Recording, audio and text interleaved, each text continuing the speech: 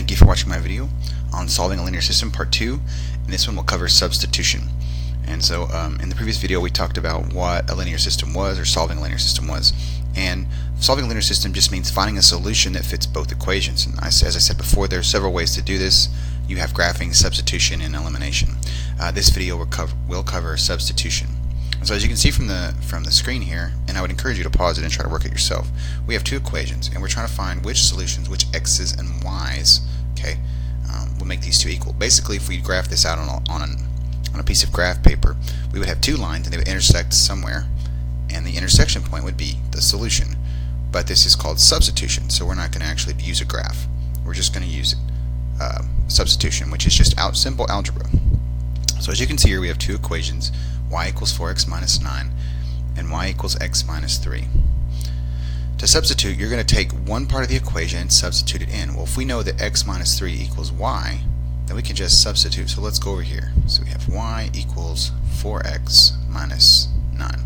So if we know that this part of the equation is equal to this, why not just put it in, right there. And so if you'll look, we can take this part of the equation and substitute it. Okay, so x minus 3, which is also equal to y, is equal to 4x minus 9.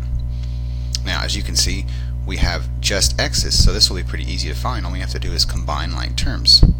And so, as you can see, the big X is over here, 4x, and this is just technically a 1x, so I'm going to try to bring that over.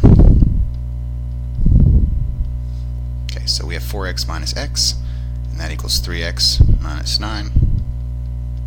And we'll bring that negative 3 down. Let me come here. So let's see, now we have this 9. So we're going to add this 9, get it over here.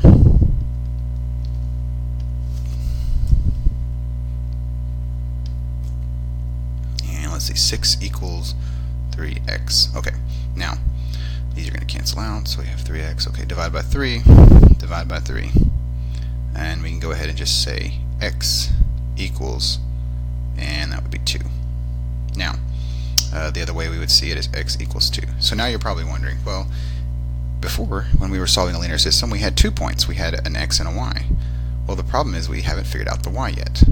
Now, as you can see, there's two equations here, and so we can go ahead and use either one of them, because remember, the linear solution to a linear system works for both problems. So this would yield the same output for both. So if I put this one in this one, I'd get some number, and I should get the same number from this one. So let's test it out.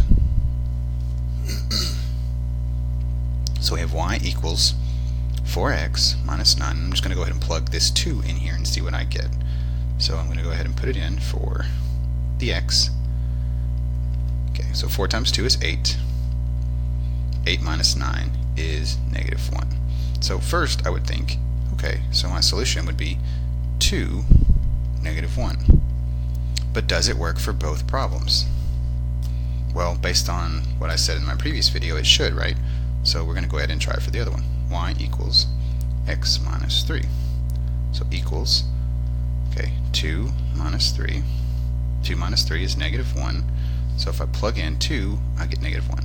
So yes, it does work. And that is how you solve a linear system using substitution. Thank you for watching.